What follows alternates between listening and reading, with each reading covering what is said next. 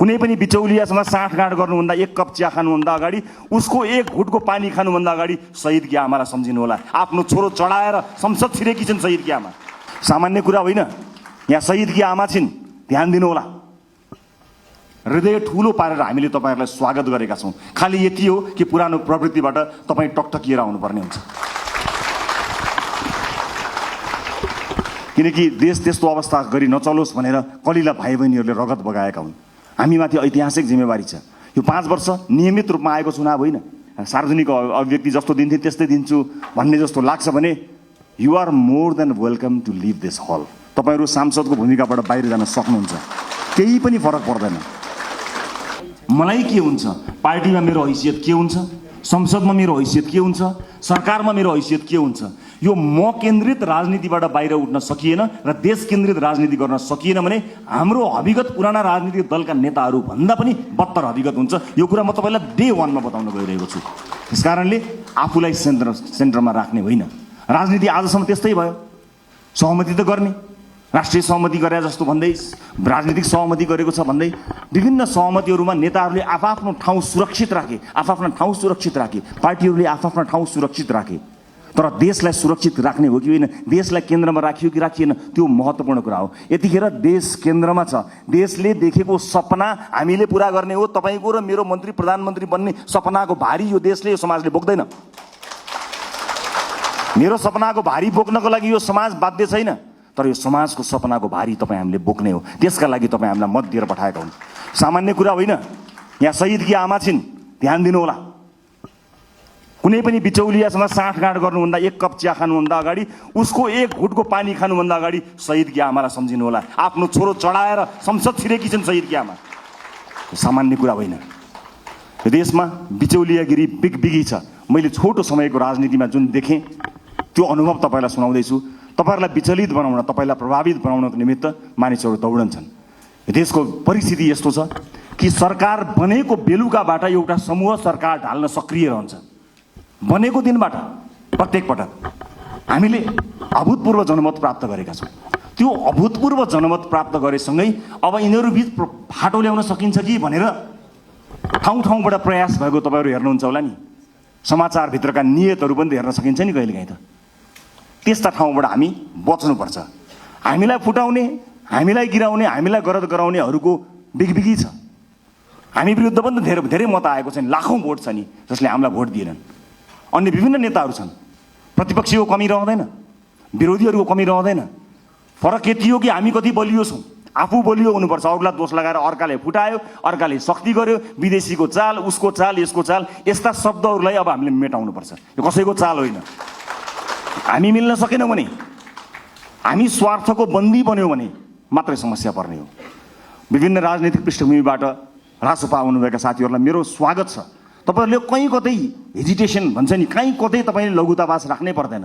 मलाई पुरानो पार्टी भन्छन् कि अथवा पुरानो पार्टीहरूलाई गाली गर्दा मैले अनुहार रातो पार्नुपर्छ कि केही पनि भन्नु पर्दैन। हृदय ठुलो पारेर हामीले तपाईँहरूलाई स्वागत गरेका छौँ। खालि यति हो कि पुरानो प्रवृत्तिबाट तपाईँ टकटकिएर आउनुपर्ने हुन्छ, किनकि देश त्यस्तो अवस्था गरी नचलोस् भनेर कलिला भाइ बहिनीहरूले रगत बगाएका हुन्। हामीमाथि ऐतिहासिक जिम्मेवारी छ। यो 5 वर्ष नियमित रूपमा आएको चुनाव होइन, यो त शहीदहरूले रगत बगाएर आएको चुनाव हो।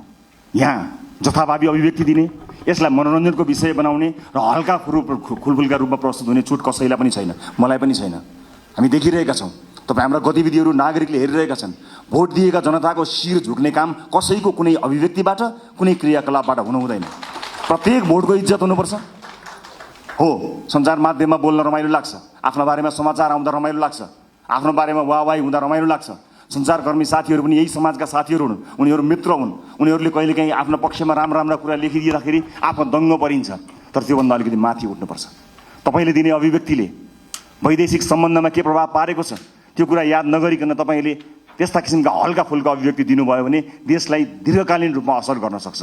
अब तपाईँ हिजोको मान्छे होइन, अब जिम्मेवार सांसद हो, जिम्मेवार राजनीतिकर्मी हो, जिम्मेवार प्रतिनिधि सभाको सदस्य हो। त्यसकारणले आफ्नो भूमिका परिवर्तन भएको छ। होइन जो कोहीलाई अझै पनि म अभियन्तै हुँ भन्ने लाग्छ, अझै पनि पुरानो पेसाकर्मी हुँ जस्तो लाग्छ, जो कोहीलाई म हिजोकै जस्तै भनौँ न यदि जिम्मेवार नभए पनि सार्वजनिक अभिव्यक्ति जस्तो दिन्थे त्यस्तै दिन्छु भन्ने जस्तो लाग्छ भने you are more than welcome to leave this hall. तपाईँहरू सांसदको भूमिकाबाट बाहिर जान सक्नुहुन्छ, केही पनि फरक पर्दैन। तर होइन, अब म जिम्मेवार हुँ, अब मेरो भूमिका फेरिएको छ। यो देशका कानुनहरू मैले फेर्नु पर्नेछ, कानुनहरूमा संशोधन ल्याउनु पर्नेछ, नयाँ कानुनहरू ल्याउनु पर्नेछ।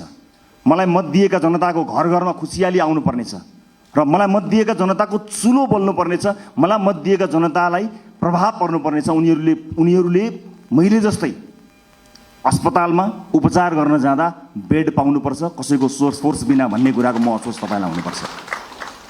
म तपाईँहरूलाई अनुरोध गर्न चाहन्छु, सक्नुहुन्छ भने सकेसम्म आफूलाई सरकारी अस्पतालमा उपचार गराउनुहोस्। सक्नु भएन, इमर्जेन्सीको बेलामा मैले भनेको छैन, सक्नुहुन्छ सरकारी अस्पतालमा आफूलाई उपचार गराउनुहोस्। सरकारी सेवालाई चुस्त बनाउने हो। जनताका छोराछोरीहरूलाई जुन अप्ठ्यारो पर्छ तपाईँले मात्र सुविधा प्राप्त गर्नु त्यो जायज होइन।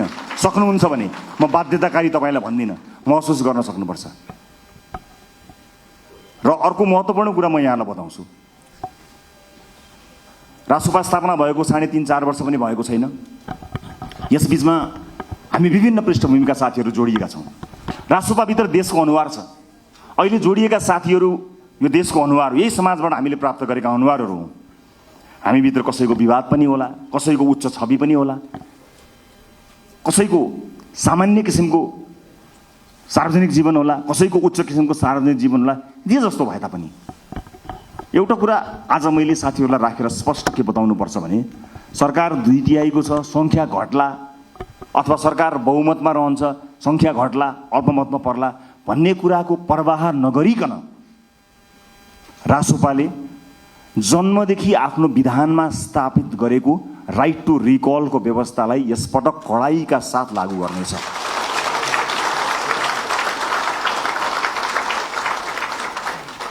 एउटा स्वतन्त्रता हुन्छ, एउटा अनुशासन हुन्छ, एउटा फ्रिडम र एउटा डिसिप्लिन। यसबीचको पातलो एउटा रेखा छ साथी हो, त्यो रेखालाई हामीले ध्यान दिनुपर्ने हुन्छ। तपाईँहरूको स्वतन्त्रता हनन गर्ने पार्टीको कुनै पनि उद्देश्य छैन। पार्टी सभापतिका रूपमा मेरो कुनै पनि आपत्ति छैन, तपाईँ स्वतन्त्रताको सदुपयोग गर्नुहोस्, तर अनुशासित भएर। अनुशासनका लागि पार्टीले आफूलाई स्थापित गराउँछ। पार्टीले अनुशासनका विषयमा तपाईँहरूलाई कडाइका साथ पालना गराउनेछ। किनभने परिवार ठुलो भएको छ, अनुशासित हुन सकेनौँ भने त्यसले अर्कै किसिमको एउटा अराजकता सृजना गर्छ। अराजकतालाई हामी कदापि स्वीकार गर्न सक्दैनौँ। यसै पनि विभिन्न किसिमका अराजकताबाट समाज आक्रान्त भएको यो अवस्थामा हामीले अत्यन्त अनुशासित हुनुपर्नेछ। म अघि पछि भन्दा आज अलिकति फरक चुनिएको छु होला, तपाईँले त्यो महसुस गर्नुभएको छ होला। अलिअलि कडाइका कुराहरू गर्यो, अलिअलि कारबाहीका कुराहरू गर्यो, यसले राइट टु रिकलको कुराकानी गर्यो, अलिक खबरदारी गरे जस्तो गर्यो भन्ने कुरा तपाईँलाई लागेको होला। लाग्नुपर्छ तपाईँलाई, किनकि जुन आशा र अपेक्षाका साथ नेपाली जनताले भोट खन्याएर दिएका छन् नि, त्यो ठुलो जिम्मेवारीको महसुस तपाईँलाई प्रत्येक दिन हुनुपर्छ साथी हो, प्रत्येक दिन हुनुपर्छ। यो देश अहिले पनि बनेन भने कहिले पनि बन्दैन भनेर साथीहरूले भनेका छन्, हर ठाउँमा भनेका छन्। तपाईँ भोट माग्न जाँदाखेरि आमा बाहरूले रुँदै के भनेका छन् तपाईँलाई थाहा छ? बाबु यो देश बचाऊ भनेका छन्। सुन्दाखेरि यो देश बचाऊ कति सामान्य कुरा हो नि, कति गहन कुरो छ, कति गहिरो कुरो छ, कति ठुलो कुरो छ भन्नुहोस् त। यो देश बचाऊ हामी जस्ता सामान्य मान्छेको हातमा, निलो झन्डा फरफराउँदै हातमा घन्टी बोकेर हिँडेका हाम्रा हातमा, हाम्रा काँधमा देशका ज्येष्ठ नागरिकदेखि बालक बालिकाहरूलेसम्मले यो देश बचाऊ भनिरहेका छन्। यो जिम्मेवारी हो, ठुलो शक्ति हामीले प्राप्त गरेका छौँ। जति ठुलो शक्ति त्यति ठुलो जिम्मेवारी साथी हो। कृपया यो जिम्मेवारीको महसुस यहाँहरूले गर्नुहोला। म जहाँ जुन ब्याकग्राउन्डबाट आउनुभएको छ म सबैलाई स्वागत गर्न चाहन्छु। रासोपाभित्र सिङ्गो देशको अनुहार छ। यहाँ व्यापार व्यवसाय क्षेत्रका साथीहरू पनि हुनुहुन्छ, विद्यार्थी साथीहरू पनि हुनुहुन्छ, जेनजी पुस्ताका सबै साथीहरू हुनुहुन्छ, युवा साथीहरू हुनुहुन्छ, महिला साथीहरू हुनुहुन्छ, सीमान्तकृत वर्गलाई प्रतिनिधित्व गर्ने साथीहरू हुनुहुन्छ, सामाजिक अभियन्ता हुनुहुन्छ, कवि कलाकार मोडल रोल मोडल सबैजना हुनुहुन्छ, पूर्व प्रशासकदेखि लिएर सबैजना हुनुहुन्छ। यति ठुलो यो परिवारलाई समायोजन गर्नको निमित्त, यो परिवारलाई एउटै धारमा एउटै ट्र्याकमा लिएर जानको निमित्त अनुशासनको अत्यन्त ठुलो खाँचो हुन्छ।